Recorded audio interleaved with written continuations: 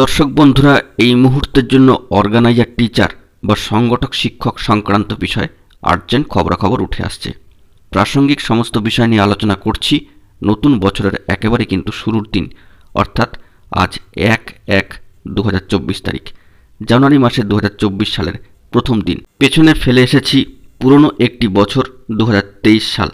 2023 সালে আমরা কি পেয়েছি না পেয়েছি, নিয়োগ সংক্রান্ত বিষয় কি ঘটেছে না ঘটেছে, সেই সবগুলোকে পেছনে ফেলে রেখে নতুনভাবে সামনের দিকে তাকিয়ে কিন্তু এগিয়ে যেতে হবে। ইতিমধ্যেই আমরা দেখেছি যে নিয়োগ সংক্রান্ত বিষয়ে বিগত বছরে বেশ কিছু পজিটিভ খবরাখবর বেরিয়ে এসেছে। যেমন আপার প্রাইমারির ক্ষেত্রে দীর্ঘ 9 থেকে 10 বছর ধরে থমকে থাকা একটি নিয়োগ প্রক্রিয়া, যা কিন্তু প্রথম কাউন্সেলিং সম্পন্ন করে ফেলেছে। দ্বিতীয় কাউন্সেলিং নোটিফিকেশন আসার অপেক্ষায়। অন্যদিকে এসএলএসটি 2016 9-12 ক্ষেত্রে নিয়োগ জট, আইনি জট কাটিয়ে নতুন বছরে এই সংক্রান্ত সমস্যাগুলির সমাধান ঘটিয়ে নিয়োগ সংক্রান্ত বিষয়ে একটি খবর উঠে এসেছে এবং ফেব্রুয়ারি মাসের একটি সময়সীমার কথাও কিন্তু উঠে আসছিল সামাজিক গণমাধ্যম সূত্রে। পাশাপাশি প্রাইমারির ক্ষেত্রে দেখেছি, প্রাইমারি সাউথ 24 পরগনা 2009 ক্ষেত্রে 1506 জনের একটি তালিকা প্রকাশিত হয়। সেখান থেকে বেশ কিছুজন নিয়োগ পেয়েছেন এবং বাকিরাও কিন্তু অপেক্ষারত নিয়োগের ক্ষেত্রে। এক্ষেত্রে দেখা যাচ্ছে যে বিগত বছরগুলিতে বেশ কিছু পজিটিভ খবর বেরিয়ে এসেছে নিয়োগ সংক্রান্ত বিষয়।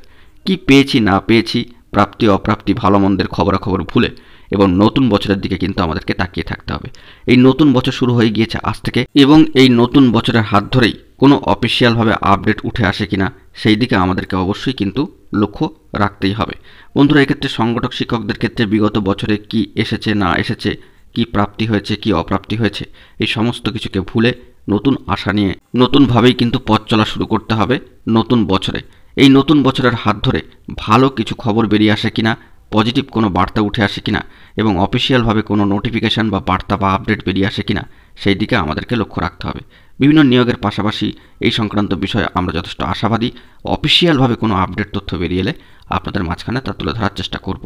বন্ধুরা, লক্ষ্য রাখতে হবে আপনাদেরকে অবশ্যই গুরুত্বপূর্ণ, অথেন্টিক এবং অফিসিয়ালভাবে কোনো নিউজ আপডেট উঠে আসে কিনা সেই দিকে এলে অবশ্যই তা আপনাদের মাঝখানে তুলে ধরব। বন্ধুরা, দেখা যাক পরবর্তী ক্ষেত্রে কী খবর উঠে আসে। বন্ধুরা, এখন এটুকুই। সকলে ভালো থাকবেন এবং চ্যানেলটিকে এখনই সাবস্ক্রাইব করে সঙ্গে থাকবেন। ধন্যবাদ।